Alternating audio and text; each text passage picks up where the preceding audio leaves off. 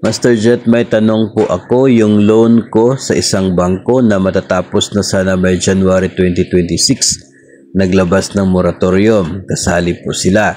Noong natanggap ko payslip ko ng January, mag-e-end naman yung loan ko sa July 2026. Tama po ba yun? At another question po, pwede ko po ba i-buy out yung loan kung sakaling makaipon ako?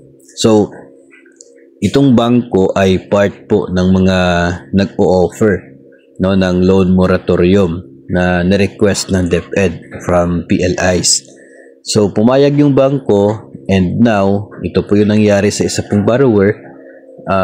Sa January payslip, yung kanya pong loan doon sa bangkong yon na dapat sana matatapos by January 2026, naging July 2026. So, makatwid, nadagdagan ng 6 na buwan yung term ng kanya pong loan.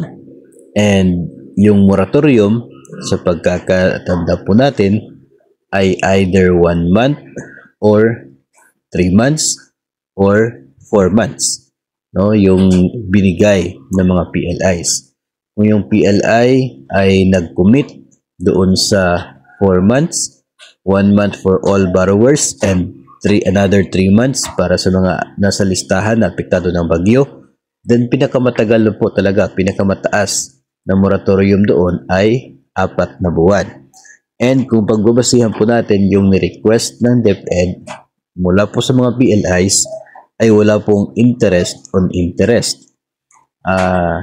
Yung mga pumayag ng 4 months ay isa po sa kanila pong inaprubahan, pinayagan doon sa request ng DepEd, ay yung walang interest, no? Wala pong accrued interest na kukolektahin.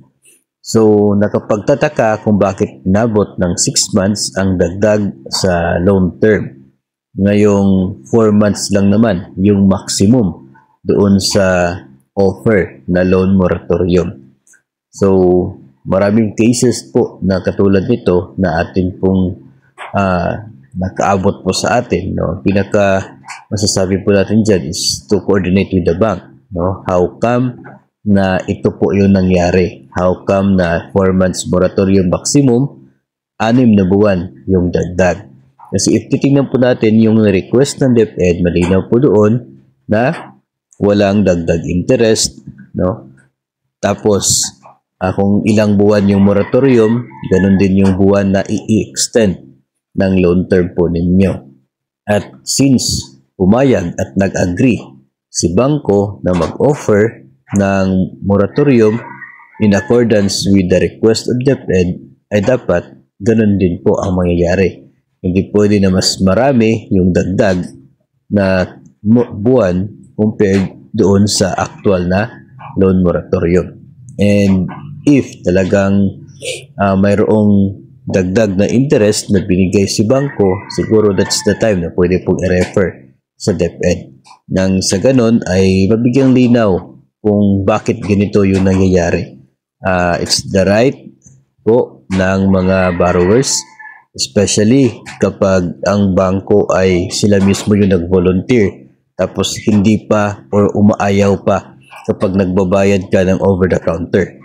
No? Parang self-serving naman kung sila yung nag-volunteer na magpapamoratorium tapos nagbigay ng dagdag interest tapos ayaw tumanggap ng over-the-counter payment para sa mga ayaw sa moratorium. So, parang something is wrong. No? So, dapat po, no, na maging klaro muna with the bank kung yun ba talaga yung nangyari at baka nagkamali lang, no, sa paggawa ng payslip yung gumagawa ng sahod.